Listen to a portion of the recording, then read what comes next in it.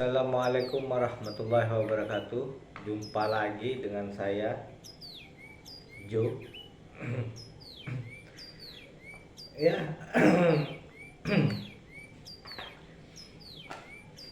Ya, sedikit-sedikit semua mulai terungkap ya.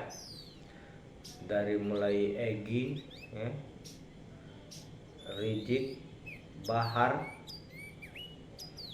Nah, kali ini saya mau berbagi cerita tentang Munarboy, Munarboy bin Sendal Jepit.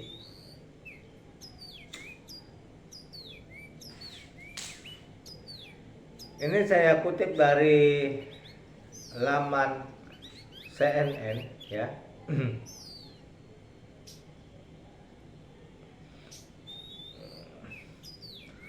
Saya kutip dari laman CNN ya. Saksi sidang sebut Munarman terkait dengan bom katedral Filipina.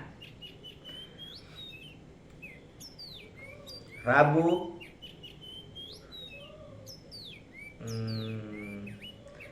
Senin 17 Januari 2022 jam 15.59 waktu Indonesia Barat. Jakarta, CNN Indonesia. Mantan Sekretaris Umum Front Pembela Islam (FPI) Munarman disebut berkaitan dengan tindakan pengeboman katedral di Jolo, Provinsi Sulu, Filipina. Hal ini diungkapkan oleh saksi dalam persidangan kasus dugaan tindak pidana terorisme yang menjerat Munarman di Pengadilan Negeri Jakarta Timur, Senin 17 bulan 1 2022. Dalam sidang dugaan terorisme ini, identitas majelis hakim, jaksa, dan saksi disamarkan. Mulanya jaksa bertanya rangkaian tindakan terorisme apa yang menjadi latar belakang pelaporan tersebut. Saksi menjelaskan kasus dugaan terorisme Munarman berkaitan dengan acara baiat terhadap organisasi teroris. Baiat itu dilakukan dalam agenda tabligh akbar pada 24-25 Januari di Makassar. Kemudian tadi saudara menyebut bahwa ada penyelidikan lebih mendalam terkait 2015, sehingga kemudian melaporkan pada 2021. Kira-kira kejadian-kejadian terorisme apa sajakah yang kemudian mengakibatkan saudara melaporkan saudara Munarman? Tanya jaksa. Saksi pelapor itu menjelaskan latar belakang pelaporan Munarman berkaitan dengan kasus pengeboman gereja katedral di Provinsi Sulu, Filipina yang dilakukan beberapa teroris asal Indonesia. Pengeboman gereja di Provinsi Sulu, Filipina terjadi pada 2019 lalu. Aksi teror itu dilakukan beberapa teroris asal Makassar, Sulawesi Selatan. Kejadian yang sebenarnya melatar belakangi salah satunya dari sekian fakta-fakta yang telah saya jadikan sebagai dasar dugaan adalah pengeboman gereja katedral Sulu, kata identitas yang disamarkan. Saksi ya.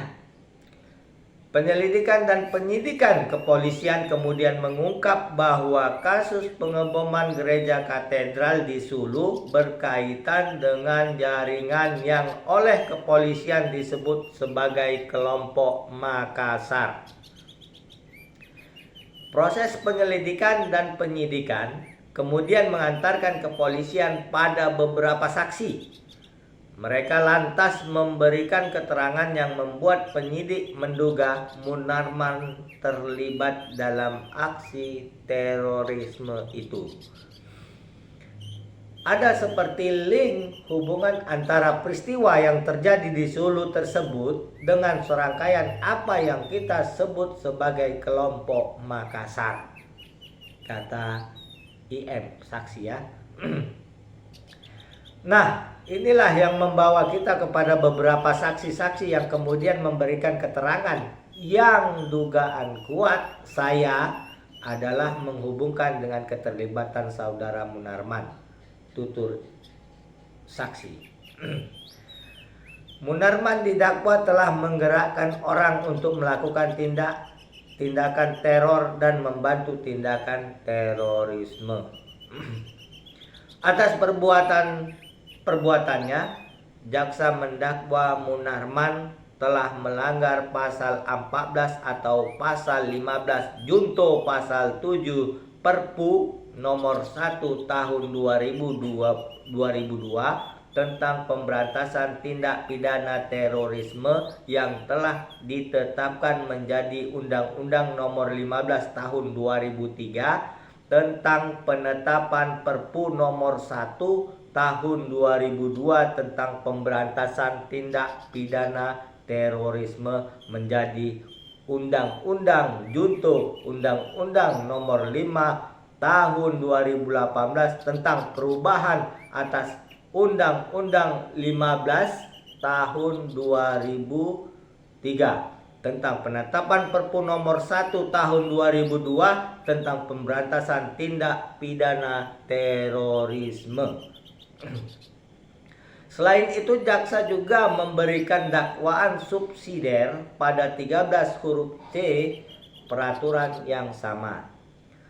Sebelumnya dalam rangkaian sidang tersebut, pada eksepsinya Munarman membantah melakukan tindak pidana terorisme dan menyebut dakwaan tersebut sebagai dagelan. Sebab dasar dakwaan jaksa adalah rangkaian kegiatan diskusi publik dan seminar di 3 lokasi yang ia ikuti pada 2014-2015. Sementara pada 2016 ia menjadi koordinator lapangan aksi 212. Jika ia berpikiran seperti teroris, kata Munarman, maka ia akan menggunakan melihat momentum itu sebagai kesempatan emas menurutnya. Sejumlah pejabat tinggi negara mulai dari presiden hingga pejabat kepolisian sudah tewas. Maka sudah dapat dipastikan bahwa seluruh pejabat tinggi negara yang hadir di Monas tanggal 2 Desember 2016 tersebut sudah berpindah ke alam lain, sebab kesempatan tersebut adalah kesempatan emas bagi seseorang yang otaknya adalah otak teroris dan keji, ujar Munarman pada sidang Rabu 15/12/2021.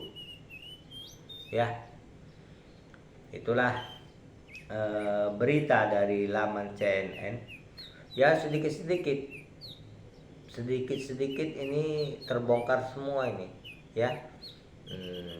Jadi ya kita tunggu aja nanti gimana perkembangannya. Yang ternyata Munarman ini memang, kalau saya bilang dan saya amati dari dulu ya, memang dari 2010 itu saya sudah menyatakan memang FPI ini teroris, tapi orang tidak mempercayainya ya. Kemungkinan ya begitulah ada. Jadi itulah tadi ya, kita ikuti aja perkembangannya satu-satu ya.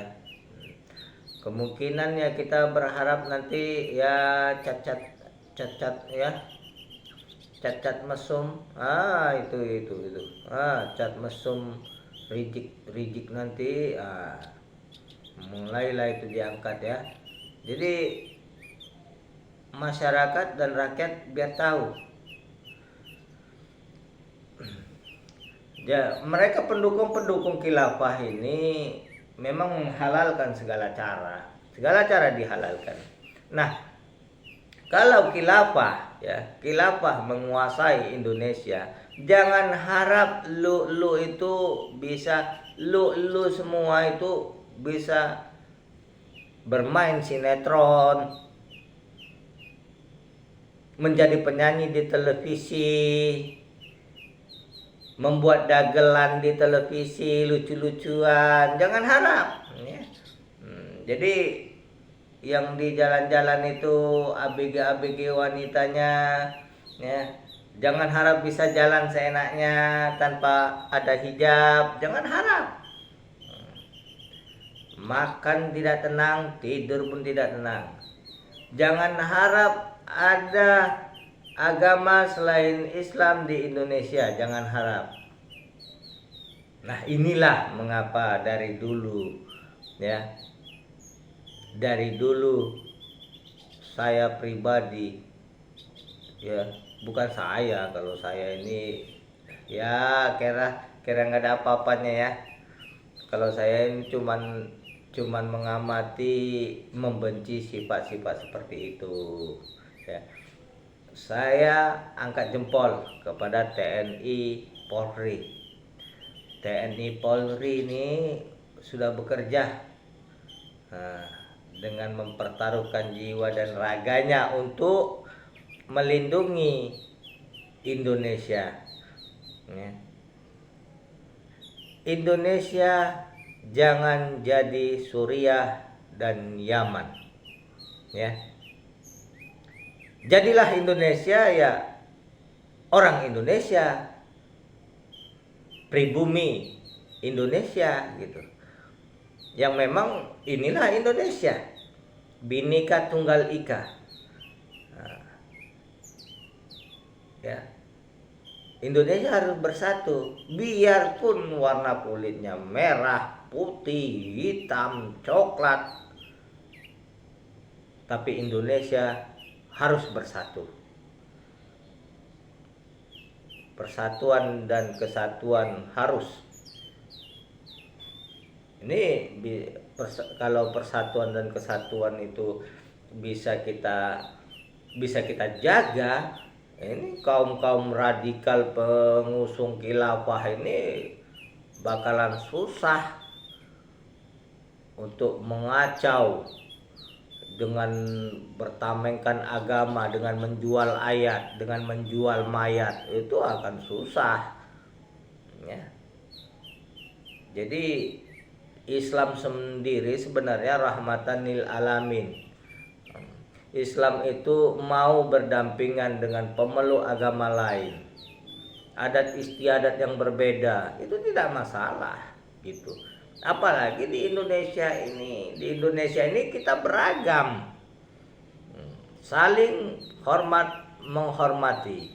Kita mempunyai budaya yang bermacam-macam, yang beragam, beraneka ragam, harus kita hormati ya. Jangan pula kita ini mau menjadikan Indonesia ini khilafah Islam. Oh, itu tidak bisa. Kita nenek moyang kita memang dari dulu pribumi ini beragam, beraneka ragam ya. Jadi gitu aja ya. Jaga persatuan dan kesatuan. Jaga diri kita, istri kita, anak kita, lingkungan kita dari paham-paham radikal ya. Ini apapun profesi kalian, kalian harus peduli, ya. Nah, terutama tuh artis-artis tuh ya, yang di televisi itu ya harus peduli juga gitu.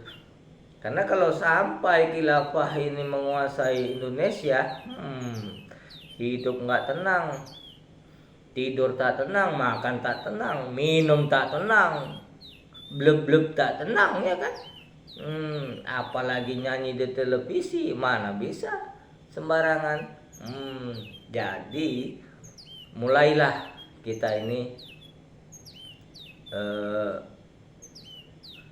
mempunyai kepedulian untuk mempertahankan NKRI. Ya gitu aja.